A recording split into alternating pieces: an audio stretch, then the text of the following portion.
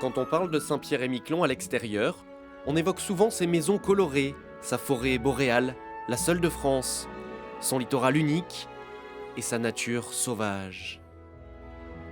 Mais pour garder les pieds sur terre, on oublie peut-être ces deux décharges à ciel ouvert.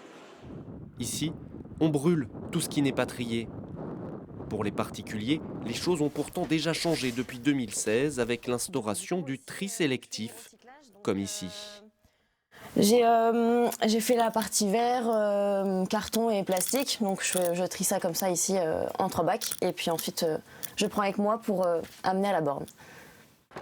Eh oui, chaque semaine, comme bon nombre d'entre vous, Delphine doit se rendre dans l'un des 9 points de collecte disséminés dans la ville de Saint-Pierre. Ici, les bacs se remplissent rapidement et beaucoup plus qu'ailleurs, ce qui fait du territoire et de loin le meilleur élève de France. Plus de 80 kilos triés chaque année par les particuliers. C'est que les gens font le tri, c'est bon signe. On se sent utile quand on le fait, donc... Et d'autant plus quand on réduit.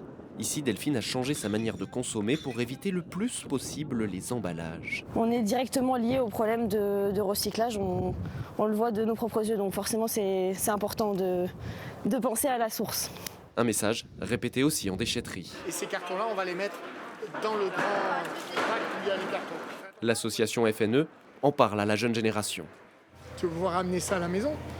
Il suffit d'avoir des bacs, des cartons et tu tries. On va essayer, puis on verra ce que ça va donner. Pour comprendre à quoi ça sert d'essayer, il suffit de se déplacer dans l'autre bâtiment. Là, on se trouve près des ballots qui sont conditionnés pour l'expédition, pour tout ce qui est tri sélectif. Donc en fait, tout ce qu'on amène à la borne de tri et d'apport volontaire et ce qu'on amène en déchetterie se trouve être retrié ici par les agents et conditionné pour expédition. Direction le Canada pour ses ballots de plastique, de carton, de métal ou même pour l'électroménager.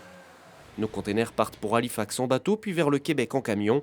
Pas moins de 447 tonnes envoyées l'an dernier pour y être valorisées.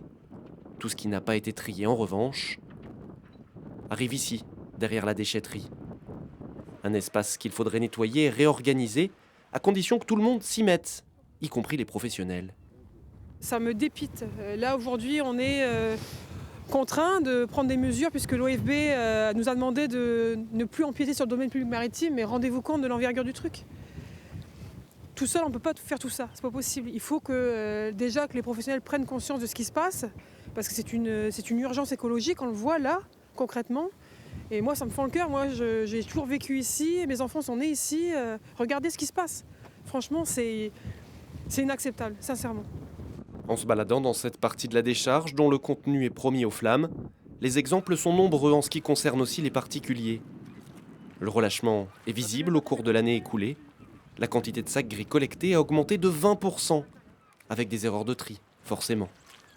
Là, c'est typiquement ce qu'on ne devrait pas trouver ici.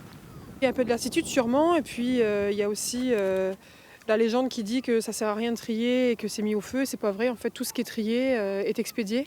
Donc c'est autant de moins qui est brûlé sur ce territoire. Et pour arrêter de brûler justement, il faut trouver des solutions en s'intéressant notamment à ce que contiennent vos poubelles. En fait, il y a un cabinet qui va venir ici et qui va ouvrir notre poubelle et qui va en faire un échantillonnage. Et avec cet échantillonnage, on pourra déterminer ce qu'on peut faire de nos poubelles, si on peut en tirer de l'énergie ou pas.